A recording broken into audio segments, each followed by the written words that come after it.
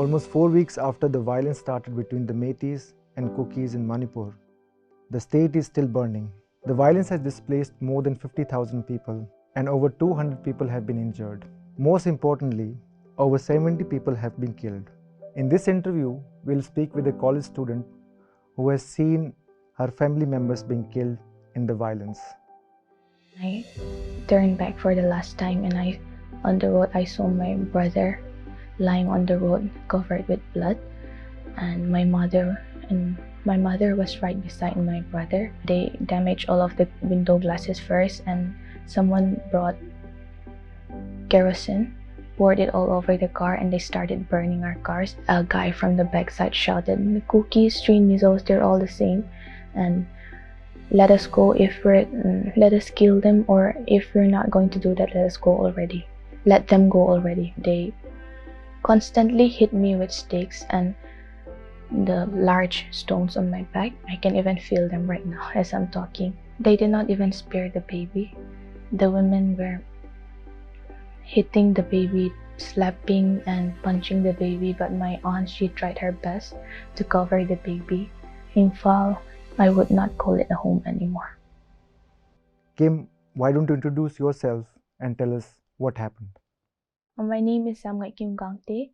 I'm 20 years of age and I'm a second-year science student, currently studying in Imphal, and I'm a victim of mob violence and an eyewitness of the murder of my brother and my mother. You lost your mother and brother on May 4th, Yes. right? Yes. How was it the previous day? Were there any signs of ethnic fault lines between the Meiteis and tribal communities, and particularly between Meiteis and Kukis? So it all started on 3rd May. Even that day, it was a very normal day. Since I'm a student, I went to college, I attended my classes, met up with my friends, and I even hanged out with them the whole day. And on the evening of 5th May, the same day, around 5 p.m., we started hearing news of the tribal-dominated communities, tribal-dominated localities being attacked by large mobs. And there was no security provided even in that areas, and it got worse. So around 10 p.m. we decided to go over to a relative's place for the night, and we packed some of our clothes. And around 10 p.m. our relative's place was closer to the minister's quarters, so with the thought that it might be safer for us, we went over to their place, and their place was around 5-kilometer walk from our place, 5-minute walk from our place. And even on the road, we could not turn on the flashlights. We just walked there in the dark as fast as we could, and we reached the place. We stayed the night at our relative's place. When you went to your relative's place, how many people were there with you? My whole family, my cousin's family, and the family of my relatives, the house owners. So I guess there were more than 15 people. How many 15, people? around 20 to 25 people. Then you returned from your relative's place in the morning on May 4th, right? May 4th, yes. What happened on May 4th? May 4th, so in the morning around 6 a.m. we returned to our house, and then after some time we heard news about escorts being arranged from the nearby CRPF camp to our hometown. So we packed our bags, and first my brother himself, he went to the camp to confirm the news, and since the road was clear and there was nobody on the road, he came to pick us up. Then we packed our bags and we loaded our stuffs into the car, and then we started around 10 a.m. and so we started driving. We went by 2 cars. Our car, my brother was driving the first car and my cousin was driving the second car, and we were the first one to drive. So we started driving. Then right in front of the DC office, mobs have already gathered on the street. There were around 200 to 250 people. We nearly took a U-turn, but then the mob, they stopped us from behind and they opened our doors and forcefully pulled all of us out of the car. And then first they brought large sticks, and then they damaged all of the window glasses first, and someone brought kerosene, poured it all over the car, and they started burning our cars. And after a minute, they started chasing my brother in the opposite direction, and all of us, we started chasing our family members. We started chasing my brother too, like we were trying to protect him from the mob. But then they did not spare any of us. They just hit all of us with big sticks. They were holding bamboo sticks. Some were holding bricks, large stones, and they just hit us in any way they could. And then Before this, could you tell us how many people were there in the car with you before you were stopped? And was there any line of questioning? Was your family questioned when your car was stopped, whether you are Kukis or Metis? Could you tell us? so there were 6 of us in the car: me, my brother, my mother, my cousin, my aunt, and a babe, my sister-in-law, and a baby, a 1-year-old baby. And when we drove to that area where the mob had gathered, they checked from outside whether we were Métis.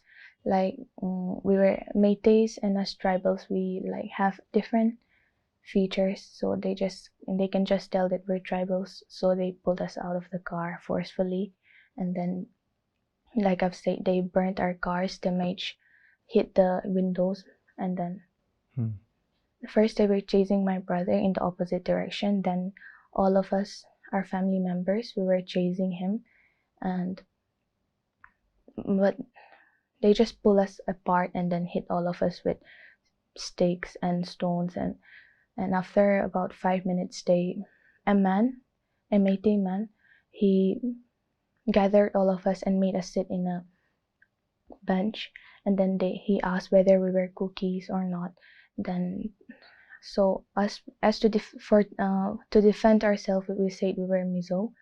And then the guy, he actually agreed to let us go already. But then the mob nearly came down on that guy too, thinking he was trying to support us, and even asked the guy whether he was our family member or not. Then at that time, another vehicle drove in. So while the mob was busy with the other car, the guy took us to a nearby house, and we hid in that house for some time, for about 5 minutes. And inside the house, if actually before that day, on WhatsApp, all the contact numbers of the officers were circulated online. So I tried ringing up all of them, but none of them were working. And I even dialed 112, the helpline number, but I couldn't reach the number too. And after some time, the mob, they came to know that we were hiding inside the house, and they started pelting stones at that house. They even pushed the wall, since it was a very how do I say, kacha house. They pushed the house, and even the house owner, he told us to go away since his house could be in danger since we were inside. And a guy pushed the door open, and then since we know they were mostly attacking man, we made our brother stay inside the house, and my mother and me, we stood at the door trying to block the mob from coming inside. But then the large mob, around 200 of them, were in front of the house trying to pull us outside, and most of them were holding long sticks, and a guy with a big sharp iron rod, he was hitting my hand, and my hand started to bleed at the door, but I still stood there. And my mother, while standing at the door, my mother begged the crowd to let us go, since and even showed her service ID. She gave the service ID to one man, and that guy, and said she was the undersecretary of the secretariat office in veterinary and agriculture department.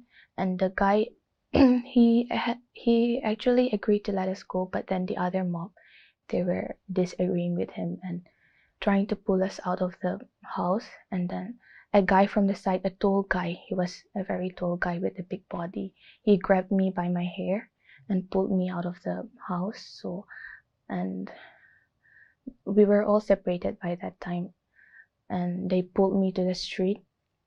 And at the site, by the next time I saw my brother, his head was already starting to bleed. He was at the site. My mother was with my brother, and she was begging the crowd to please stop doing those things on my brother. But then they grabbed me by my hair and pulled me to the street.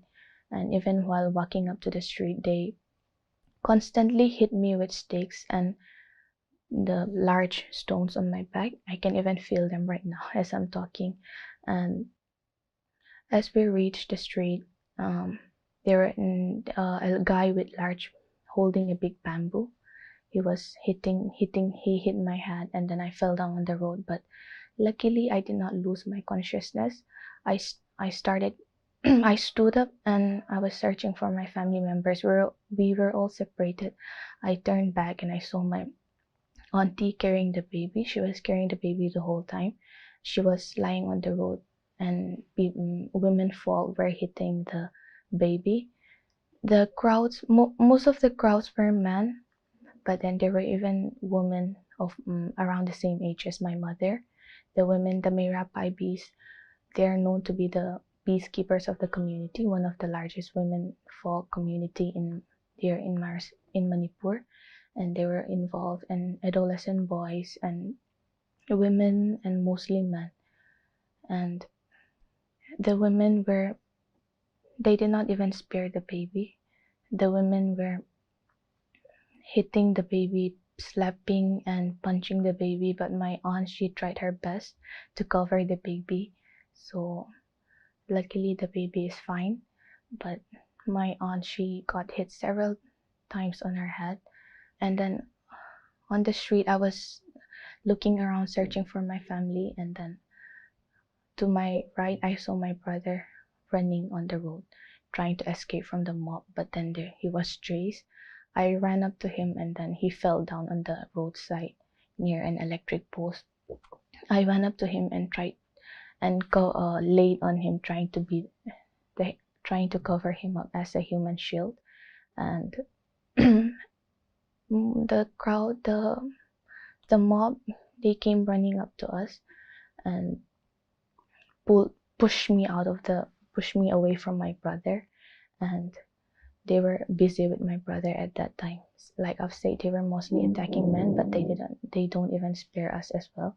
And a guy from the mob, he whispered to me to run if I wanted to leave, while the mob were busy with my brother. And then I did not have any choice, since I can't go to my brother too. I started running in the opposite direction, away from the mob. I turned back once and I saw my cousin's sister. I ran to her and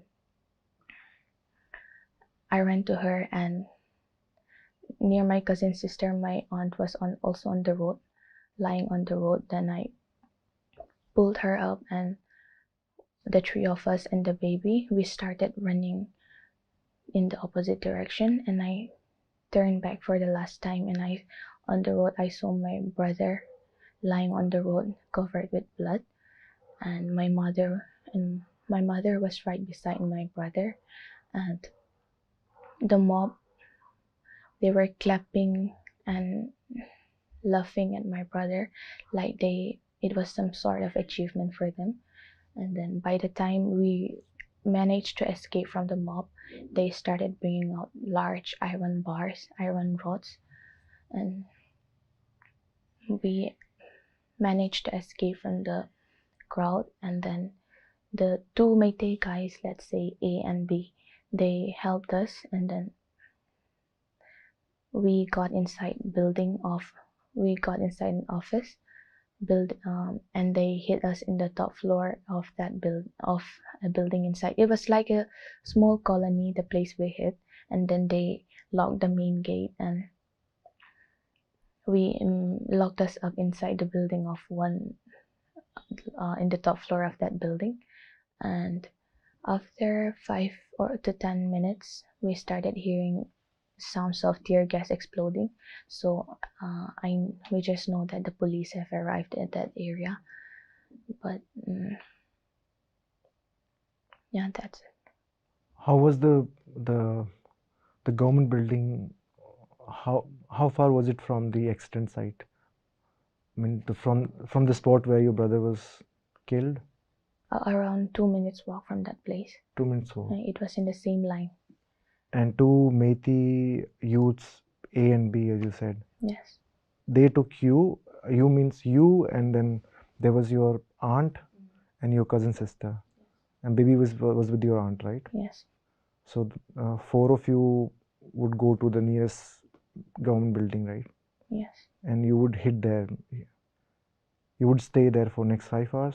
Yeah, we stayed there for about 5 hours, and then the two guys, A and B, they kept looking for ways to drop us to the nearest relief camp, and but they couldn't immediately help us because the mob were right in front of the gate that day.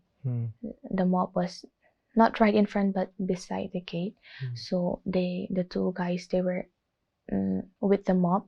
They said if we stay here, they'll start to suspect us, so we will go out, mingle with the mob, and see when the situation gets better, we'll try to drop you off to the nearest camp.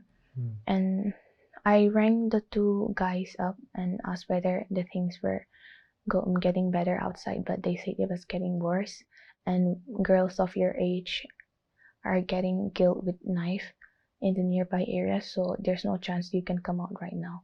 So the two guys, they went out to mingle with the mob since they did not want to look different, and so we hid there for about 5 hours, and the two guys, they came to the place we hid and told us some mob saw us entering the place, so we can't stay here. And in the evening, some of the guys still get drunk, and they'll come inside and check whether you're inside this building or not. And if they see you, in case they see you inside this building, the whole building will be at risk, and there's no chance of you surviving. And even if we go out now, they've already started checking all the vehicles one by one, and they even check the decky of the car, lifting and checking thoroughly everyone in the car. So there's no chance you can go out now, and you can't stay back either. And the two guys, they were thinking of ways to get us out. So and finally, the guy, he told us to. He thought of an idea, and he said to see if we have any chance of getting out. He said he'll bring his cars, and the three of us and the baby, he would make us hide in the decky and see if we have chance. And suppose if we run into any mob in the road, there's no chance of you surviving, but since you can't stay here either, let's go and try out our luck. And he brought the car, and the three of us, me, my aunt, my cousin, and my baby, we fit inside that car. It was very tight and very dark, but since there's no way for us, we hid inside the decky, and he started driving. He drove as fast as he could, and luckily there was nobody on the road. And once we bumped into the speed breaker, and the baby started crying, and we were trying to distract the baby, showing him some videos. But the baby, it was too dark, so the baby cried as hard as he could. And the driver, he played music very loudly to distract the noise, and that's how we reached the camp. And we did not meet anyone on the road. The two guys, they played loud music. Yeah, he played loud in the music car since to drown out the cries of baby. Yes. How long was the journey? How long did it take for you to reach the army camp? Did you reach the army camp or the CRPF camp? First MR camp. Since MR it was would be impossible Manipur to Rifles camp. Yes, it was impossible to go to the camp that we were going to go. Where you were supposed to go. Yeah, where we were supposed to go, since there were mobs on the road. And that's how we reached the first MR camp. So you went to another camp which was easier. Yeah, not easier, but which was safer. Safer, yes. The route was safer, right? About 10 10 to 15 minutes drive from the place we hid. It must have been extremely difficult for you to Yes. hide yourself in the boot of the car, 4 of you, including baby. What were you thinking when you were inside the dicky? Like, we did not have any choice either. We were trying out our luck whether we could get to the camp, or suppose if we meet the mob on the way, we would just get killed, and we did not have any choice, so we managed to go with him. There was a small gap between the window and the car. There was a small light coming in, but we tried our best to stay away from that light too, since in case someone peeks at the back door, they can see us. So we tried our best to squeeze ourselves and as small as we can. So finally you reached MR camp. Yes. But before you reached the MR camp, could you tell us about the slogans that the crowd was raising? And the line of questioning also when you were asked to sit on a bench, right? Yes. In front of shops. Like, what were the questions that were asked? Like I've said, a guy, he asked us whether we were cookies or not, and to defend ourselves, we said we were Mizo, and the guy have already agreed to let us go, but a guy from the backside shouted, "Cookies, 3 Mizos, they're all the same, and let us go if we're let us kill them, or if we're not going to do that, let us go already. Let them go already." The Meitei women were my mom already started crying at that place since she was too scared, and a Meitei women around the same age as my mother, she said, "You're just crying crocodile tears out here. Nothing will change with you crying here, shedding your tears here. Our Meitei women are being raped openly out there in Churchanpur, and you're lucky enough to have met us, and then we're kind enough to do nothing to you," and stuff like that. And a guy, he actually agreed to let the women go, but the other mobs were threatening to cut our necks. And what's wrong? Oh, why are you sparing the women? All of them are the same, and stuff like that. And while we escaped from the mob, a guy was following us and shouting at our back, you think how to, which is like it's a slang word, the highest form of disrespect for tribals. And you think you're very great here in Imphal, or you think you can do whatever you do here in Imphal, and you guys here residing in Imphal, you're the mastermind of all these things, and stuff like that. But since your mother was undersecretary with the Manipur government, yes, did your mother's credentials help you navigate the questioning from the crowd? Yeah, like I've said, my mother, she sold her service ID to a guy, and he was already nodding his head to agreeing to let us go, but then the crowd, they disagreed with him and nearly came down on that guy too. And after some time, I don't know what they did with my mother's ID. It was already missing. So at the incident spot, when you turned back and you saw your brother drenched in blood and your mother covering him, what about your sister-in-law? Your sister-in-law was also there, and what happened to your sister-in-law at the time? When I looked back one last time, my brother was lying on the road, and my mother was lying on top of my brother, trying to cover him. And I did not see my sister-in-law. She was pulled away by the crowd. Like I've said, all of us are separated from each other. And the last time I looked back, I saw only my brother and my mother. And my sister-in-law, her whereabouts were unknown for the whole day. And we kept ringing up all the helpline numbers of hospitals and mentioned her name, but none of them received reports of my sister-in-law.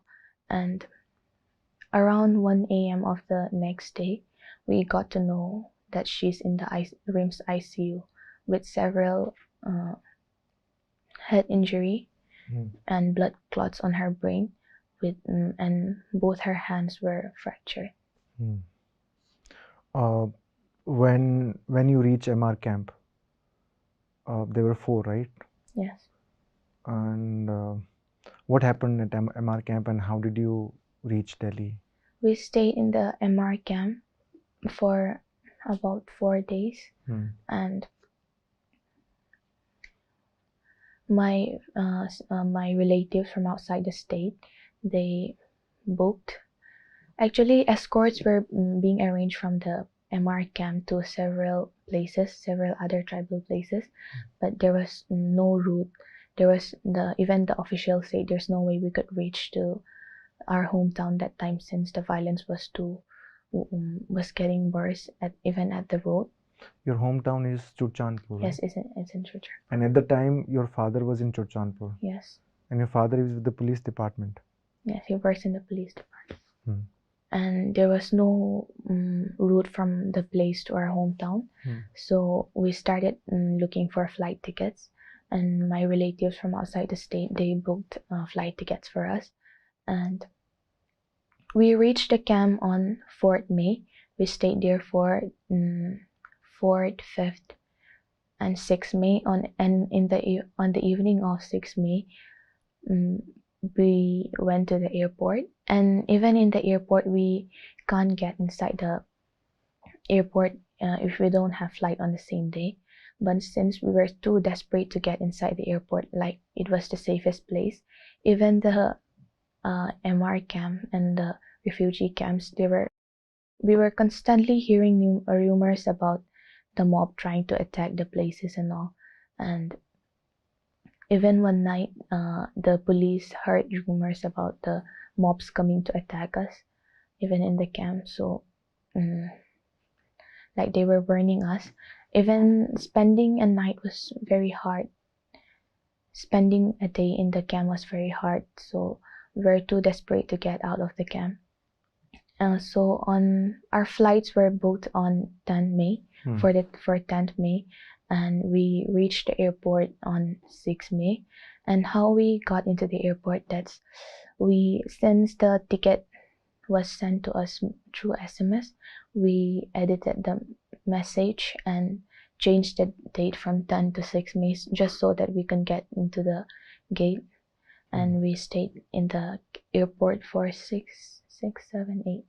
days, and on the 10th May I reached Delhi. What about your sister-in-law? When did she arrive here? My sister-in-law, she's in the ICUs, but she reached Delhi on 12 May.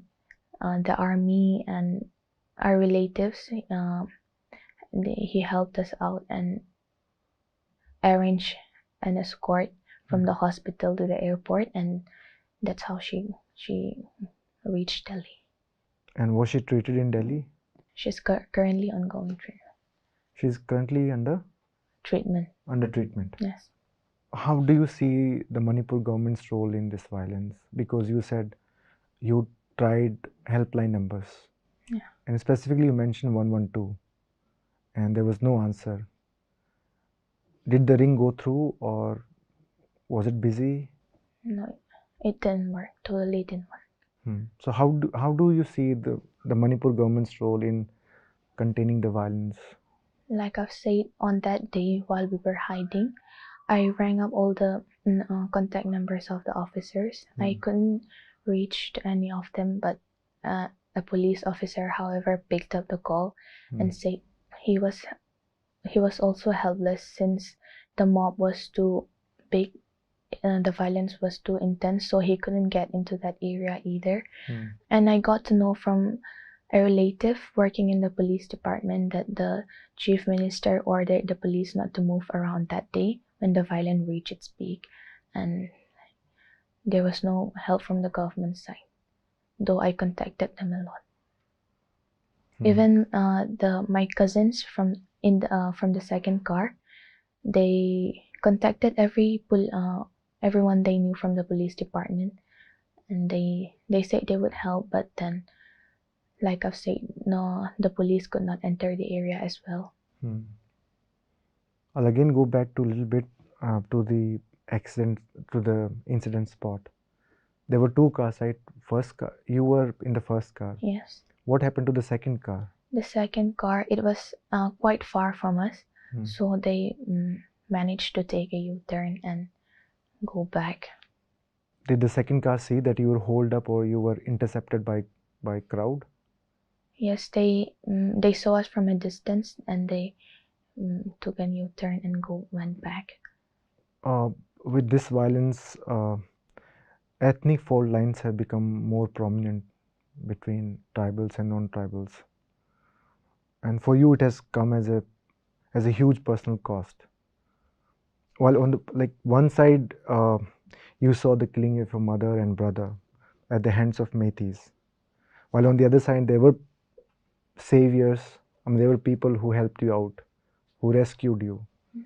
Maybe while you were questioned, there were a couple of voices asking or pleading with the crowd to let them go. And in the office compound also, there were two guys, A and B, who arranged a car and took you to the MR camp. How do you see, what's your view on that? I would say it was purely out of humanity.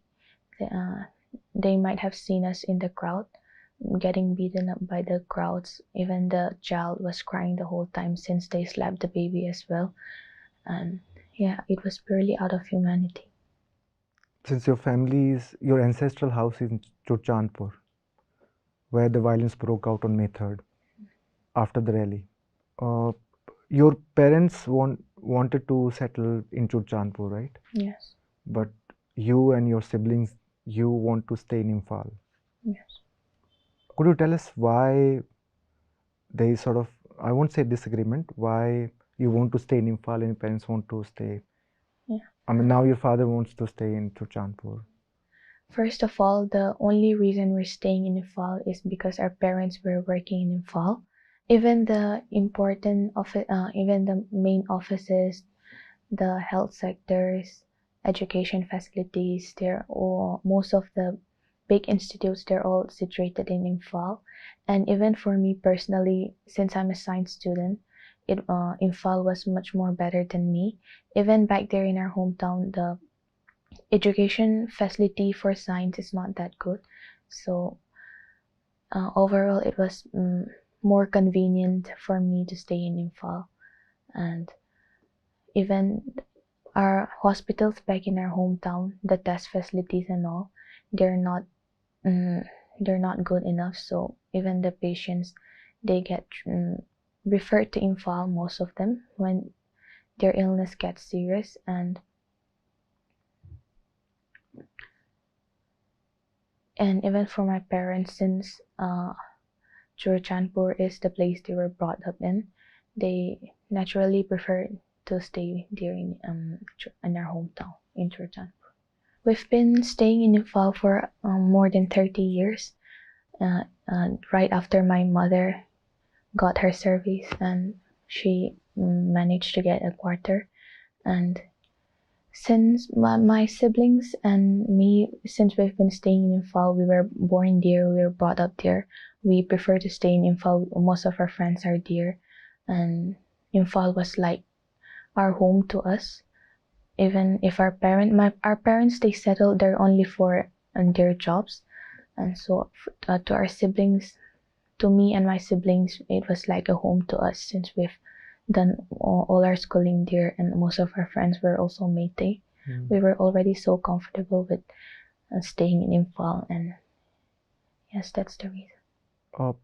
Was security another reason why your parents wanted to stay in Churchandpur? Yes, because in Imphal, we're the minority, to be honest. And in the hometown, since we were living with people of our same community, it gives us a sense of security as well. And like we all have love for our hometown, so when things got worse that day, we all prefer to be in our hometown. Does Imphal still remain can you call it your home after this violence? Not anymore. Imphal, it killed my family, it murdered my family, it took away everything we have, and I would not call it a home anymore. it's more of a painful memory for us. Will you be able to go back and continue your study in Imphal? In this condition and with this state of mind, I don't think I would be able to continue my studies and also live again there in Imphal. It would be too hard for me to, and yeah, that's it. Are you in touch with some of your friends who are from the tribal community who think the same way, who are right now maybe living in Imphal, but they also want to go back to their hometown, hilly areas? Yes, but most of like me, most of them has they're in other parts of the country right now. They fled from Imphal. The locality where your your family lived, your family was living in government quarters, right? Yes. Was it a mixed population, like, or was it mostly populated by tribal communities? We were all living together, the Métis and the tribals. It's like it's mostly the same ratio, the Métis and the tribals. When you fled your house, after that or even before that, did you receive any support from the Métis community or your neighbors? Did you receive any call messages? Yes, our neighbors living one house away from us. Like I said, when we went to our relative's house, which was around 5 minute walk from our place, my aunt's daughter-in-law, she was 9 months pregnant. She's 9 months pregnant, so she can't move around like us. So she stayed the night in our neighbor's place, which is one house away from us. After the violence, it seems that there's a huge lack of trust between the tribals and non-tribals. Do you think that this issue or the trust can be restored between the two communities, or can it happen at all? As in my case, it will be very hard to trust the community again. It will never be the same as before. And like I would not say all Métis community, all the people from that community are bad, since I was also rescued by two men from the community. But after experiencing the mob violence myself and seeing my mother and my mother and my brother being murdered openly on the road, it would be very hard for me to accept them again or to live as if nothing had happened like before. Everything changed overnight, and then they became our enemies overnight. What would you miss most about your mother and brother? My mother, she's a very busy woman. She's a working woman. And we don't get to spend much time together. So in the evening, after we have our dinner, we would sit together for about 1 to 2 hours before we sleep. Not just with my mother, with my brother, our whole family. We would sit together for an hour or two, and that's the time I cherish the most, even when things were good. But I would miss everything about them. I would not get to see them anymore in this world. And my mother and my brother, they were like a part of me. In everything I do, they would try to help me. They would assist me, they would guide me in everything I do. I need them a lot too. And so I miss everything about them. Kim, thank you so much for speaking with News Laundry. We really appreciate that you have come out and spoke your mind, what you went through, what your family went through. Yeah. Thank you so much. The subscription model is something that keeps News Laundry afloat, but we need hundreds and thousands of people to completely transform the news ecosystem. So you pay for news, so it serves you. So click on the link with this video, subscribe to News Laundry and pay to keep news free, और गर्व से कहो मेरे खर्च पर आजाद है खबरें.